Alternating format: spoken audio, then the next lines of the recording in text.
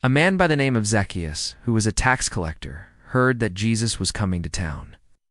Now, tax collectors were despised by the Jewish people because they collected taxes for the Roman government, so they were considered traitors to their nation.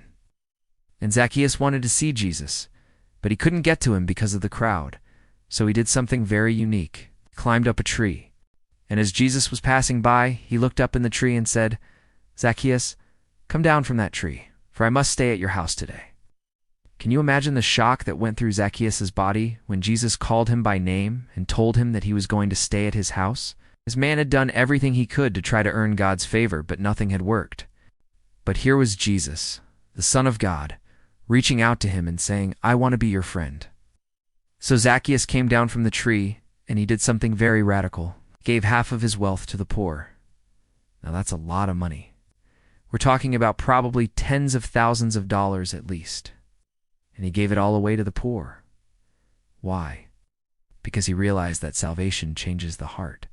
When you receive Jesus in your life, it doesn't just change your location, it changes your heart. You see, Zacchaeus was a traitor in the eyes of the Jewish people.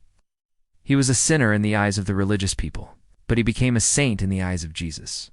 You see, Jesus didn't come to call sinners to condemnation, but sinners to repentance. He didn't come to call the religious to condemnation, but the religious to humility. Are you a sinner? Are you a saint? May I remind you today that only one person on this earth has ever been sinless, and that person is Jesus. So if you think you're a saint, remember, so did Satan, and that's why he fell. Pride goes before destruction. Humility goes before blessing. May I also add that it doesn't matter what people think of you. What matters most is what Jesus thinks of you. If Jesus can transform the heart of a tax collector, then he can transform your heart too. Will you let him in today?